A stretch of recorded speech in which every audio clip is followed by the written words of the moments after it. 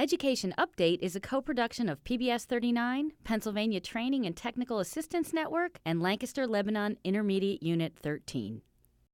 Pennsylvania is committed to having all students graduate from high school, college, career, or workforce ready.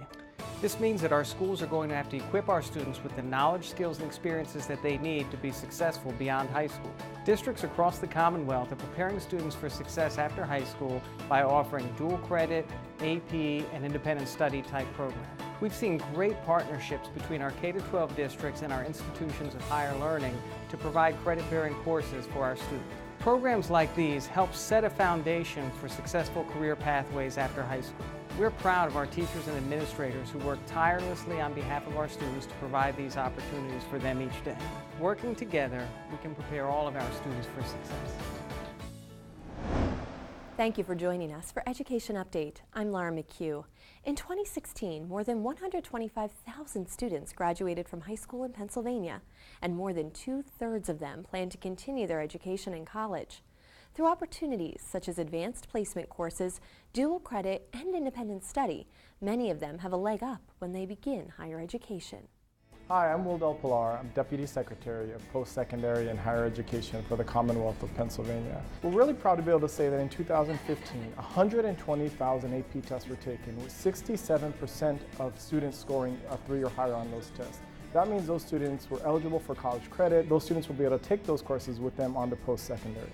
There's just so many AP classes that are just readily available to the students. AP Computer Science, Chemistry, Physics, AP Calculus, and AP Comparative Government. My favorite class was AP Psychology when I took my junior year. Hi, I'm Dr. Brian Blom, High School Principal at Delaware Valley. Welcome to the home of the Warriors. At the Delaware Valley High School, we currently offer 25 advanced placement classes in a variety of subjects, both humanities and STEM related. One of the things that the AP curriculum offers students is the ability to not just learn content, but be challenged in really unique ways. Most of the AP classes at DV, they are hard, but I think that's the point of AP classes, is to challenge you. Every year they have a list of AP scholars that they put up, and I feel like that really gives inspiration to the students to really want to succeed. I love math. I have a lot of friends who teach statistics in college, and they wish they had the 180 days I have, but they have to teach in 45 days the same material. They don't get the time to be able to do the hands-on activities that I often get to incorporate. The class experience is much more difficult than a standard high school class. And of course you have the opportunity to score well on the AP tests, which would then allow you to save, I'd imagine, loads of money in college not taking those additional classes. Policies that we have in the Delaware Valley High School is that if a student achieves a B+ or above, we will pay in advance for their advanced placement exam. I feel fortunate that I could have the opportunity at DV to take the AP classes. The training for teachers is out of this world. The training that they do before they're an AP teacher, and you can see it when you visit the classrooms. I just love the idea that there's no such thing as senioritis. That's the most important thing. Our kids are pushing it right to June of their senior year. One student in particular I can think of, it actually took an American government class his freshman year in college. He'd got a 2 on the exam here, but he said, man, it was so easy, like everything you taught us, AP government, I knew all that stuff, so he had the groundwork there for him. The AP exam at the end of the year sort of serves as a motivating factor for the class. When you take the test, if you do really well, you can get college credit, which is really beneficial for some people who want to cut down on cost. They're prepared, they're going in with advanced standing, and they're not wasting their parents' money. As post-secondary institutions examine students' transcripts, the fact that a student has an AP course will really help them in the admissions process. And so we also know that it has value not only in terms of preparing students, but also making them competitive when they go on to apply to college. Hi, I'm Joe McCormick and welcome to Shenango High School. The AP program provides a variety of benefits to our graduates. First and foremost is already earning college credits before they enroll in higher education. We've had students graduate with 18 or more college credits already completed. You get a variety of students that come through your door. There are certain courses that just won't challenge your highest end students. And the AP course is great because those kids can find challenges that might not exist for them in other classrooms. And for a district of our size, only graduating somewhere between 70 and 100 kids, for us to be having 30, 35 kids taking AP courses is something that we feel very proud of. Our AP teachers here are so supportive, and they're all very intelligent and knowledgeable on their subjects, and they really help make learning fun. I've gotten 2 5s so far on the 2 AP classes that I've taken. It felt great to get the results back, compare with your friends and see how they did, and it was all just fun and smiles whenever I found out I got 5s. Rather than having a due date every week, small little assignments, they're managing larger chunks of information. They're able to learn to manage their time and to work with their instructors on a really different level. Hi, I'm Kimberly Safran, and welcome to Brashear High School. I think previously there was a mindset here that only the gifted and talented students could take advanced placement classes. As long as a student has that drive and that interest and they really want to push themselves, we push them. I'm proud of the kids all the time. They push themselves. When I graduate in June, I'll have 10 with 24 college credits. I love being an AP teacher. When I graduate, I'll have taken 13 5, 4, 6 AP classes. And next year I plan to attend the University of Pittsburgh, Westminster College, Penn State University. And eventually I hope to go into astrophysics. Looking towards engineering. Maybe chemistry. Pre-med. Between the valuable skill sets I've gained throughout my AP courses, as well as the learning experiences and the friendships I've made, AP courses have definitely enhanced my high school experience. In addition to advanced placement courses, dual credit opportunities allow students to begin taking college courses in high school. Hi, I'm Will Del Pilar, Deputy Secretary of Post-Secondary and Higher Ed for the Commonwealth of Pennsylvania. Currently, we have over 10,000 students who enrolled in post-secondary classes in partnerships with 300 schools, with students taking over 31,000 courses over the last year. I'm taking anatomy and physiology, I'm taking microbiology now. Latin 4 CHS, Latin 5 CHS, dual enrollment Spanish 4, dual enrollment English, and now dual enrollment anatomy. Here at Lehigh Carbon Community College, we are proud to be a partner with our sponsoring school districts to provide dual enrollment opportunities for their schools. They can come to campus and take a course or take it online. Students have an opportunity to explore career opportunities. It certainly allows them to gain the confidence to know that they can complete college courses, and it shortens the time to graduation of a college degree after they graduate from high school. Coming here makes me able to take twice as many classes in a year as I could at Allen. I'm a big fan of dual enrollment. About 100 students from our school receive credits from LTRI-C. It's a great opportunity for our students to experience college life both in our building or have the opportunity to come to campus and really live like a college student. This is a great program. Research tells us that students who do well in dual enrollment classes tend to have a stronger, more positive transition to a college setting. What's exciting to me is watching a student's confidence grow. It requires flexibility on the part of LTRI-C and the secondary school partner to make sure the calendar are agreeable to both institutions. I can definitely say that the high school and the college both work together to make things work out perfectly. And my counselor at Allen, he does a lot. He goes out of his way to make sure that everything works out for me. Hi, I'm Jeannie Grieger, College and Career Counselor. Welcome to DeEarth High School. I think the biggest champions of getting students into the dual credit programs are the students themselves. They seek challenge, they help each other, they know the benefits of taking a dual credit course, they get an early start on what's ahead for them in their college careers. There are some barriers that may come up, and the two of the biggest ones are cost and transportation. So our district pays for not only the tuition and fees, but also books and supplies. The students are very eager to learn. They're usually very prepared because they're so interested in having the opportunity to take a college credit and to also learn things that they wouldn't have the opportunity to learn otherwise. I'm not only teaching them the material, but I'm teaching them how to take a college course. I've always had a passion for anatomy, and the subject just fascinates me. So to be actual here in high school, dissecting things already, is such an amazing experience. I plan to graduate high school in June, then go to the University of Pittsburgh or Lafayette College, where I will continue my med studies and then soon become a family physician. DE has given me the opportunity to learn more about subjects that interest me while here at high school. One of the reasons we continue to promote dual enrollment is because when we look at the research nationally shows us that students who enroll in dual enrollment are more likely to go on to post-secondary. So that's why we continue to believe and partner with institutions to make sure we provide access for students across the Commonwealth. Close to 3,500 high school students in the state earn college credits through the University of Pittsburgh College and High School program each year through one of our almost 30 courses.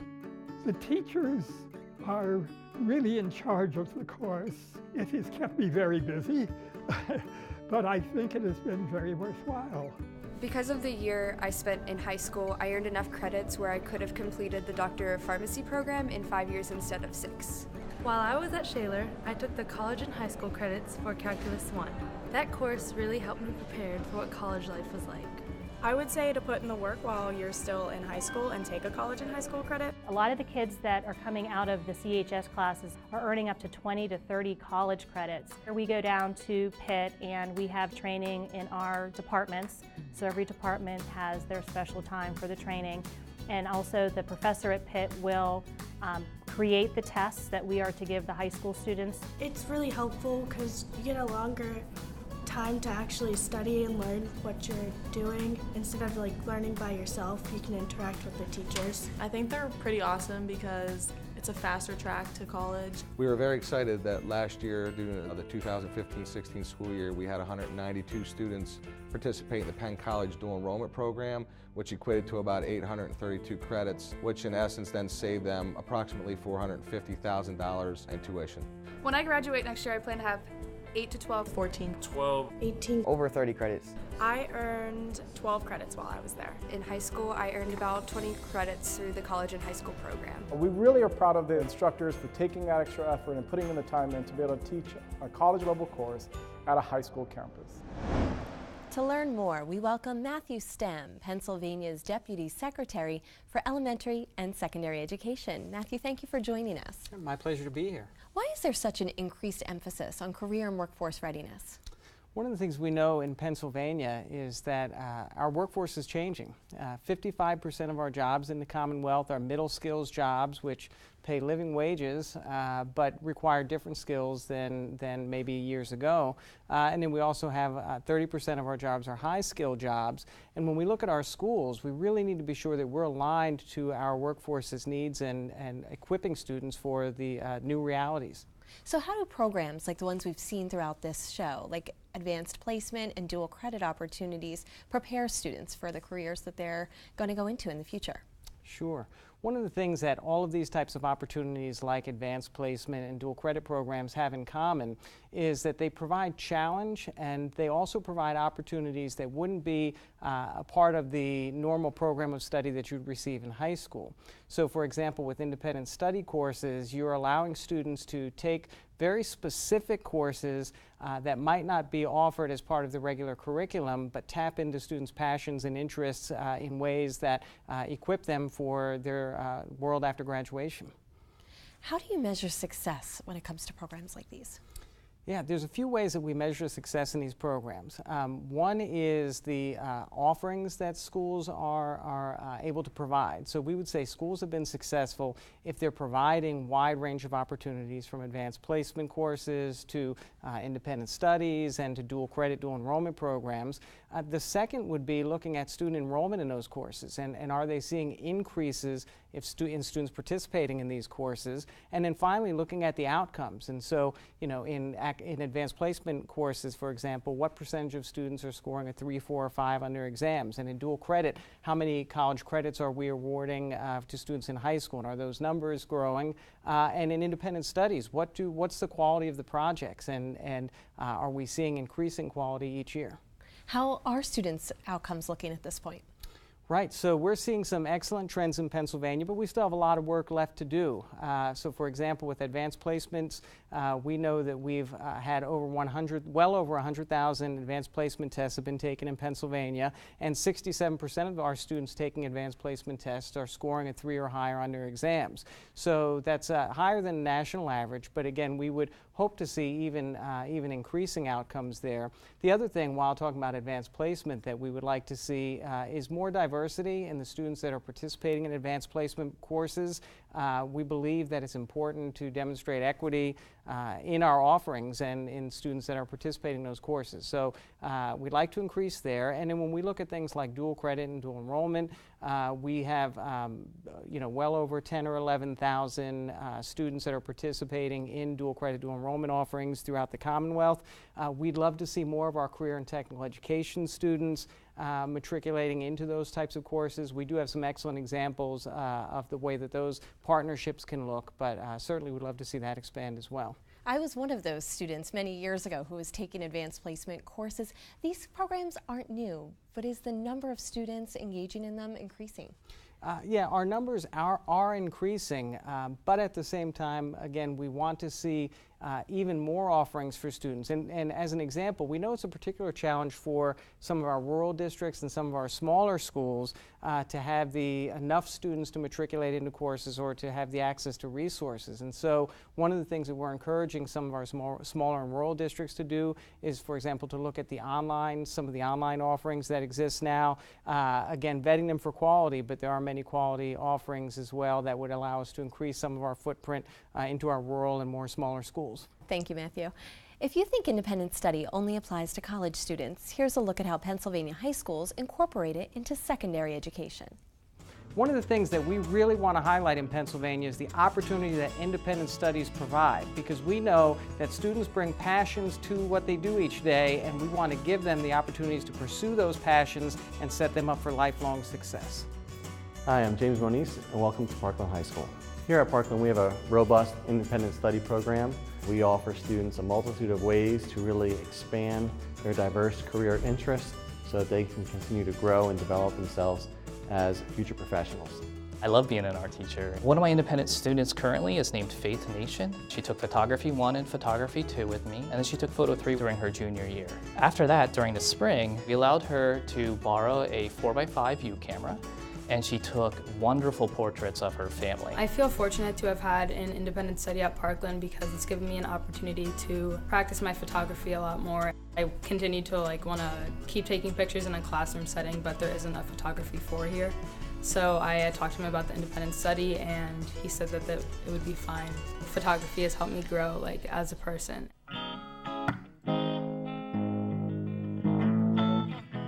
I have an electric guitar at home, I have an acoustic as well. I want to make something that's kind of like a mix of both and something I don't normally see. So I saw the semi-hollow and that just kind of popped out to me. First of all, I make them do all the work for the independent study. They have to fill out the paperwork, they have to tell me what they're going to do, what are their goals, what are they going to try to accomplish. And then I let them know that they have to keep daily records, they have to keep a log or an engineer's notebook, and then that's their main grade is their process. And Seth has been a really good student, and he's embraced that part of it, the independent part, and kept good detailed records. Now I know how to use different manufacturing machines so that maybe in the future, if I want to do something like this as a career, I have more experience. I plan on going to Drexel or Lehigh for manufacturing engineering. In Jonathan's case, he only had one open space in his schedule, and he's choosing to spend that pursuing a new type of medium because he hasn't actually worked in animation before. The independent study has helped me make a decision that I'd like to be an animator or work as a storyboarder. This independent study has helped me way more than a study hall ever would. I'll be attending Syracuse University to study illustration next year. Extremely proud of these kids. These students drive the teacher to explore new techniques, new content, and new technology. I've been teaching art this is my 46th year. Well, we started an independent study program because we had so many students after level 1 and 2 say, can I continue? I really like doing it. I'd like to do more. It's for the students that are driven, self-motivated, and execute projects at a high level. I'm a senior at Parkland High School. I plan to attend Kutztown University next year to major in art. The independent studies that I've taken definitely influenced my decision to become an art teacher. I wrestle, I played football, I do track and field. Everybody needs to be creative.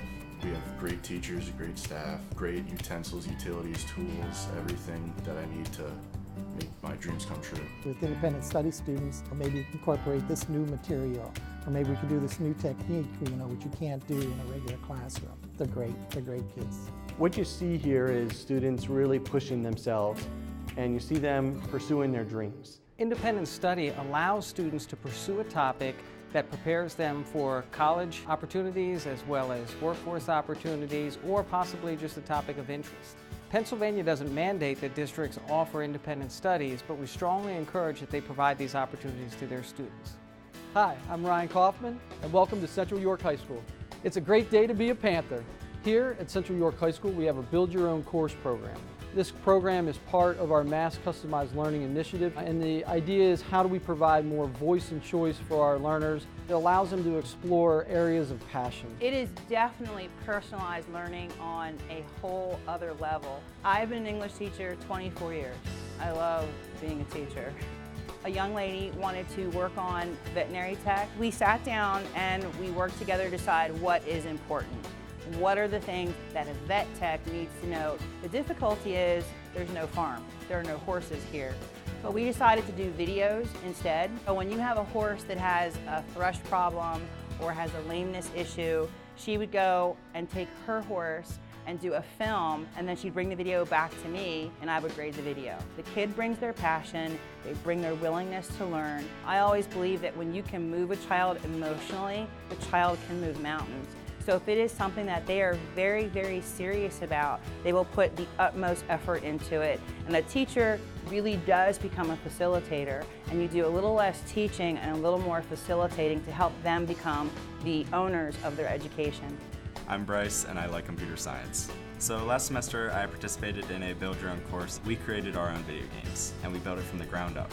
It helped drive my passion with something our school doesn't offer that allowed us to do what we wanted and get a credit for it. Overall, we had a blast and we learned so much from it. When I graduate, I want to go to school for computer science. I would like to work in a field called augmented reality. If we made this a pass-fail course, it really encourages our learners to explore something out of their comfort zone. Some of our learners were looking at it as, I want to learn this for the love of learning.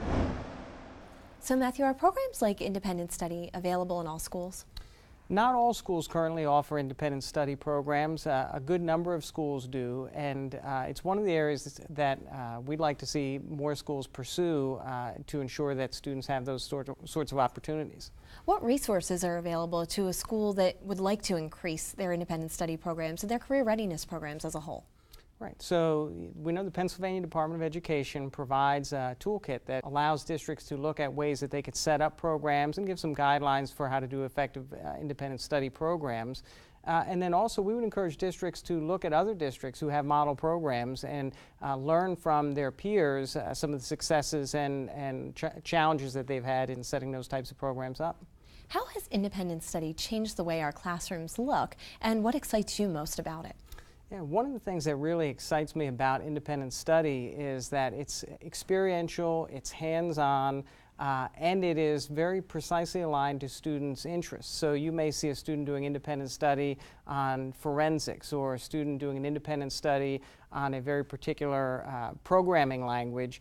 And because the students are so interested in that topic, they are essentially kickstarting their post-secondary career while they're still in high school. How do you prepare teachers to take on that role? Right, so in order to be successful in independent study, you need an advisor that's very committed not only to the content that's being studied, but also really committed to that student. Because independent study requires a student to be self-directed. And so because the learning is taking place at the student's pace and directed by the student, advisors need to have the relational skills to be able to stay in close contact with the student and ensure that they're making progress along the way. As we wrap up this program, what's the next big thing we should be looking forward to in secondary education? I think one of the next big things that we should be looking forward to in secondary education is an increase in career pathways and multiple pathways programs, mass customized learning. We have a lot of districts that are really now starting to take the next steps and go deeper with their implementation of programs that are not only having small pockets of students in independent study, but actually structuring multi-age groups that are pursuing independent studies to scale and students sharing and learning from one another. Thank you so much, Matthew. And thank you for joining us for Education Update. Have a great school year.